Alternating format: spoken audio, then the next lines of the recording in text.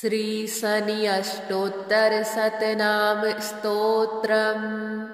शनैश्चराय शान्ताय सर्वाभीष्टप्रदायिने शरण्याय वरेण्याय सर्वेशाय नमो नमः। सौम्याय सुरवन्द्याय सुरलोकविहारिणे सुखासनोपविष्टाय सुन्दराय नमो नमः। घनाय घनरूपाय घनाभरणधारिणे घनसारविलेपाय खद्योताय नमो नमः। मन्दाय मन्दचेष्टाय महनीयगुणात्मने मर्त्यपावनपादाय महेशाय नमो नमः। छायापुत्राय सर्वाय सरतूणीरधारिणे चरस्थिरस्वभावाय चञ्चलाय नमो नमः। नीलवर्णाय नित्याय नीलाञ्जननिभाय च नीलाम्बरविभूषाय निश्चलाय नमो नमः। वेद्याय विधिरूपाय विरोधाधारभूमये भेदास्पदस्वभावाय वज्रदेहाय ते नमः। वैराग्यदाय वीराय वीतरोगभयाय च विपत्परम्परेशाय विश्ववन्द्याय ते नमः। गृध्रवाहाय गूढाय कूर्माङ्गाय कुरूपिणे कुत्सिताय गुणाढ्याय गोचराय नमो नमः। अविद्यामूलनाशाय विद्यास्वरूपिणे आयुष्यकारणायापद् उद्धत्रे च नमो नमः। विष्णुभक्ताय वसिने विविधागमवेदिने विधिस्तुत्याय वन्द्याय विरूपाक्षाय ते नमः। वरिष्ठाय गरिष्ठाय वज्राङ्कुशधराय च वरदाभयहस्ताय वामनाय नमो नमः। ज्येष्ठापत्नी समेताय श्रेष्ठाय मितभाषिणे कष्टौघनाशकर्षाय पुष्टिदाय नमो नमः। स्तुत्याय स्तोत्रगम्याय भक्तिवश्याय भानवे भानुपुत्राय भव्याय पावनाय नमो नमः। धनुर्मण्डलसंस्थाय धनदाय धनुष्मते तनुप्रकाशदेहाय तामसाय नमो नमः। अशेषजनवन्द्याय विशेषफलदायिने वशीकृतजनेशाय पशूनां पतये नमः। खेचराय खगेशाय घननीलाम्बराय च काठिन्यमानसायार्य गणस्तुत्याय ते नमः। नीलच्छत्राय नित्याय निर्गुणाय गुणात्मने निरामयाय निन्द्याय वन्दनीयाय ते नमः। धीराय दिव्यदेहाय दीनार्तिहरणाय च दैन्यनाशकरायार्य जनगण्याय ते नमः। क्रूराय क्रूरचेष्टाय कामक्रोधकराय च कलत्रपुत्रशत्रुत्व कारणाय नमो नमः। परिपोषितभक्ताय परभीतिहराय च भक्तसङ्घमनोभीष्ट फलदाय नमो नमः। इत्थं शनैश्चरायेदं नाम्नाम् अष्टोत्तरं शतम् प्रत्यहं प्रजपन्मर्त्यो दीर्घमायुर्वाप्नुयात् शनैश्चराय शान्ताय सर्वाभीष्टप्रदायिने शरण्याय वरेण्याय सर्वेशाय नमो नमः। सौम्याय सुरवन्द्याय सुरलोकविहारिणे सुखासनोपविष्टाय सुन्दराय नमो नमः।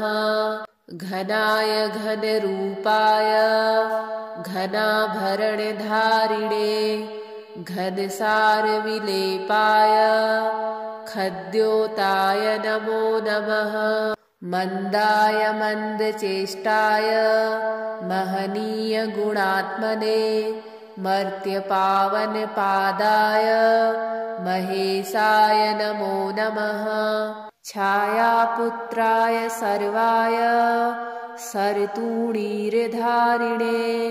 चरस्थिरस्वभावाय चञ्चलाय नमो नमः। नीलवर्णाय नित्याय नीलाञ्जननिभाय च नीलाम्बरविभूषाय निश्चलाय नमो नमः।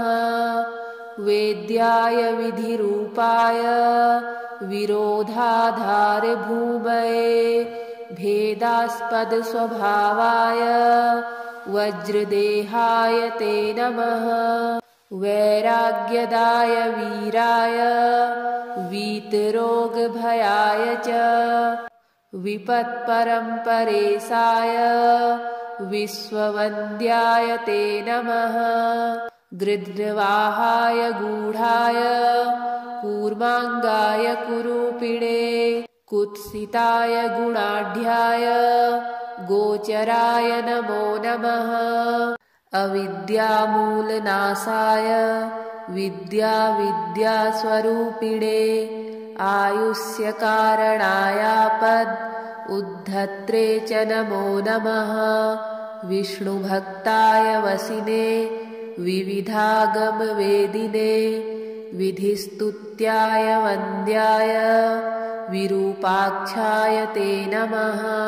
वरिष्ठाय गरिष्ठाय वज्राङ्कुशधराय च वरदाभयहस्ताय वामनाय नमो नमः। ज्येष्ठापत्नीसमेताय श्रेष्ठाय मितभाषिणे कष्टौघनाशकर्षाय पुष्टिदाय नमो नमः। स्तुत्याय स्तोत्रगम्याय भक्तिवश्याय भानवे भानुपुत्राय भव्याय पावनाय नमो नमः। धनुर्मण्डलसंस्थाय धनदाय धनुष्मते तनुप्रकाशदेहाय तामसाय नमो नमः। अशेषजनवन्द्याय विशेषफलदायिने वशीकृतजनेशाय पशूनां पतये नमः। खेचराय खगेशाय घननीलाम्बराय च काठिन्यमानसायार्य गणस्तुत्याय ते नमः। नीलच्छत्राय नित्याय निर्गुणाय गुणात्मने निरामयाय निन्द्याय वन्दनीयाय ते नमः। धीराय दिव्यदेहाय दीनार्तिहरणाय च दैन्यनाशकरायार्य जनगण्याय ते नमः। क्रूराय क्रूरचेष्टाय कामक्रोधकराय च कलत्रपुत्रशत्रुत्व कारणाय नमो नमः। परिपोषितभक्ताय परभीतिहराय च भक्तसङ्घमनोभीष्टफलदाय नमो नमः।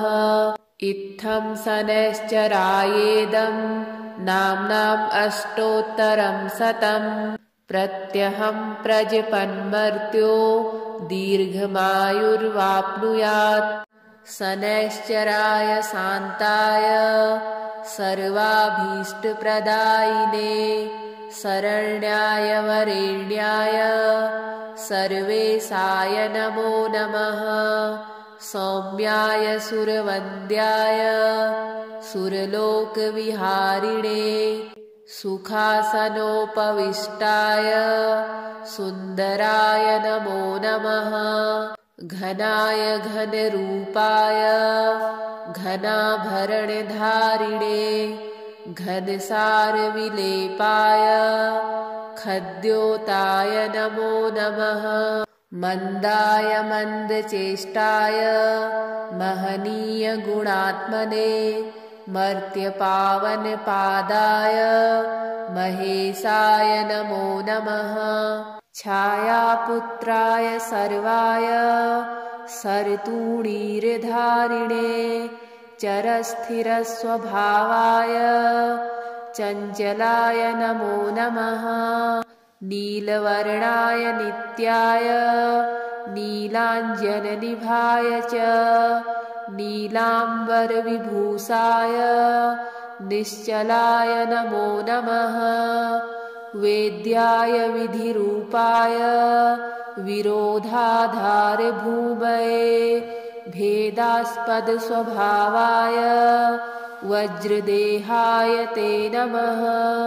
वैराग्यदाय वीराय वीतरोगभयाय च विपत्परम्परेशाय विश्ववन्द्याय ते नमः। गृध्रवाहाय गूढाय कूर्माङ्गाय कुरूपिणे कुत्सिताय गुणाढ्याय गोचराय नमो नमः। अविद्यामूलनाशाय विद्यास्वरूपिणे आयुष्यकारणायापद उद्धत्रे च नमो नमः। विष्णुभक्ताय वसिने विविधागमवेदिने विधिस्तुत्याय वन्द्याय विरूपाक्षाय ते नमः। वरिष्ठाय गरिष्ठाय वज्राङ्कुशधराय च वरदाभयहस्ताय वामनाय नमो नमः। ज्येष्ठापत्नीसमेताय श्रेष्ठाय मितभाषिणे कष्टौघनाशकर्षाय पुष्टिदाय नमो नमः। स्तुत्याय स्तोत्रगम्याय भक्तिवश्याय भानवे भानुपुत्राय भव्याय पावनाय नमो नमः। धनुर्मण्डलसंस्थाय धनदाय धनुष्मते तनुप्रकाशदेहाय तामसाय नमो नमः। अशेषजनवन्द्याय विशेषफलदायिने वशीकृतजनेशाय पशूनां पतये नमः। खेचराय खगेशाय घननीलाम्बराय च काठिन्यमानसायार्य गणस्तुत्याय ते नमः। नीलच्छत्राय नित्याय निर्गुणाय गुणात्मने निरामयाय निन्द्याय वन्दनीयाय ते नमः। धीराय दिव्यदेहाय दीनार्तिहरणाय च दैन्यनाशकरायार्य जनगण्याय ते नमः। क्रूराय क्रूरचेष्टाय कामक्रोधकराय च कलत्रपुत्रशत्रुत्व कारणाय नमो नमः। परिपोषितभक्ताय परभीतिहराय च भक्तसङ्घमनोभीष्ट फलदाय नमो नमः। इत्थं शनैश्चरायेदं नाम्नाम् अष्टोत्तरं शतं प्रत्यहं प्रजपन्मर्त्यो दीर्घमायुर्वाप्नुयात्।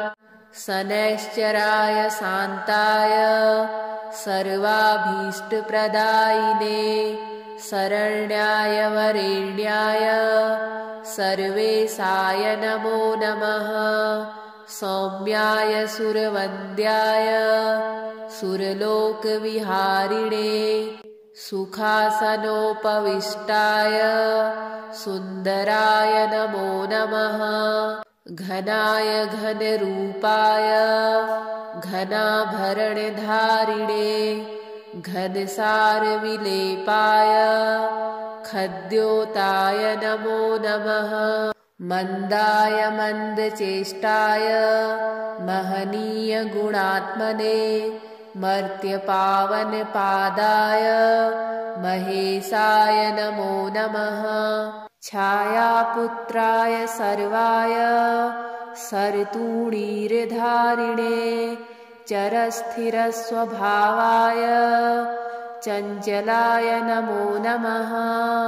नीलवर्णाय नित्याय नीलाञ्जननिभाय च नीलाम्बरविभूषाय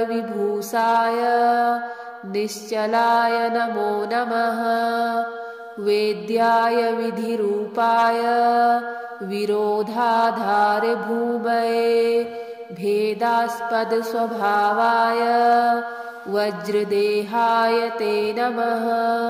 वैराग्यदाय वीराय वीतरोगभयाय च विपत्परम्परेशाय विश्ववन्द्याय ते नमः। गृध्रवाहाय गूढाय कूर्माङ्गाय कुरूपिणे कुत्सिताय गुणाढ्याय गोचराय नमो नमः। अविद्यामूलनाशाय विद्यास्वरूपिणे आयुष्यकारणायापद् उद्धत्रे च नमो नमः।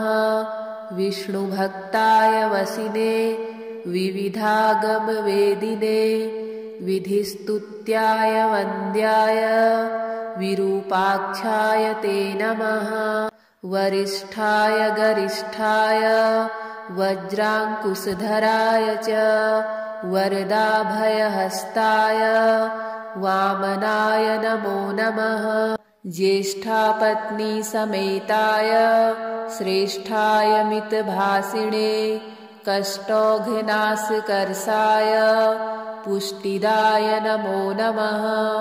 स्तुत्याय स्तोत्रगम्याय भक्तिवश्याय भानवे भानुपुत्राय भव्याय पावनाय नमो नमः।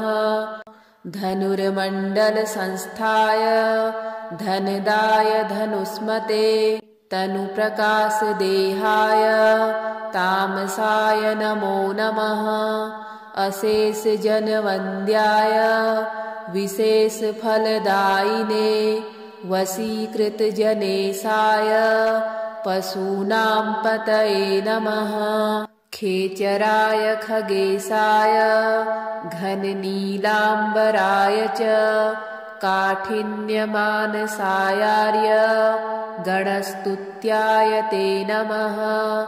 नीलच्छत्राय नित्याय निर्गुणाय गुणात्मने निरामयाय निन्द्याय वन्दनीयाय ते नमः। धीराय दिव्यदेहाय दीनार्तिहरणाय च दैन्यनाशकरायार्य जनगण्याय ते नमः। क्रूराय क्रूरचेष्टाय कामक्रोधकराय च कलत्रपुत्रशत्रुत्व कारणाय नमो नमः। परिपोषितभक्ताय परभीतिहराय च भक्तसङ्घमनोभीष्टफलदाय नमो नमः। इत्थं शनैश्चरायेदं नाम्नाम् अष्टोत्तरं शतं प्रत्यहं प्रजपन्मर्त्यो दीर्घमायुर्वाप्नुयात्। शनैश्चराय शान्ताय सर्वाभीष्टप्रदायिने शरण्याय वरेण्याय सर्वेशाय नमो नमः। सौम्याय सुरवन्द्याय सुरलोकविहारिणे सुखासनोपविष्टाय सुन्दराय नमो नमः। घनाय घनरूपाय घनाभरणधारिणे घनसारविलेपाय खद्योताय नमो नमः। मन्दाय मन्दचेष्टाय महनीयगुणात्मने मर्त्यपावनपादाय महेशाय नमो नमः। छायापुत्राय सर्वाय सरतूणीरधारिणे चरस्थिरस्वभावाय चञ्चलाय नमो नमः। नीलवर्णाय नित्याय नीलाञ्जननिभाय च नीलाम्बरविभूषाय निश्चलाय नमो नमः। वेद्याय विधिरूपाय विरोधाधारभूमये भेदास्पदस्वभावाय वज्रदेहाय ते नमः।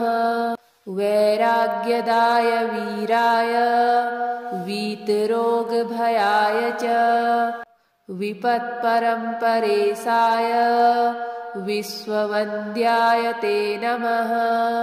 गृध्रवाहाय गूढाय कूर्माङ्गाय कुरूपिणे कुत्सिताय गुणाढ्याय गोचराय नमो नमः। अविद्यामूलनाशाय विद्यास्वरूपिणे आयुष्यकारणायापद् उद्धत्रे च नमो नमः। विष्णुभक्ताय वसिने विविधागमवेदिने विधिस्तुत्याय वन्द्याय विरूपाक्षाय ते नमः। वरिष्ठाय गरिष्ठाय वज्राङ्कुशधराय च वरदाभयहस्ताय वामनाय नमो नमः। ज्येष्ठापत्नीसमेताय श्रेष्ठाय मितभाषिणे कष्टौघनाशकर्षाय पुष्टिदाय नमो नमः। स्तुत्याय स्तोत्रगम्याय भक्तिवश्याय भानवे भानुपुत्राय भव्याय पावनाय नमो नमः। धनुर्मण्डलसंस्थाय धनदाय धनुष्मते तनुप्रकाशदेहाय तामसाय नमो नमः।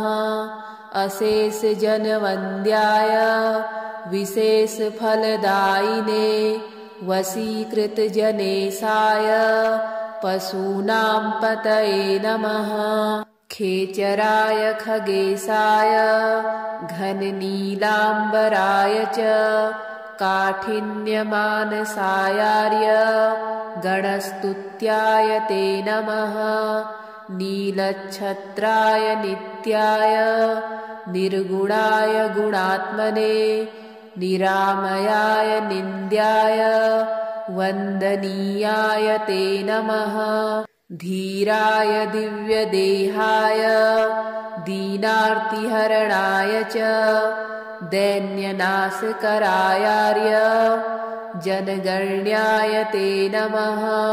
क्रूराय क्रूरचेष्टाय कामक्रोधकराय च कलत्रपुत्रशत्रुत्व कारणाय नमो नमः।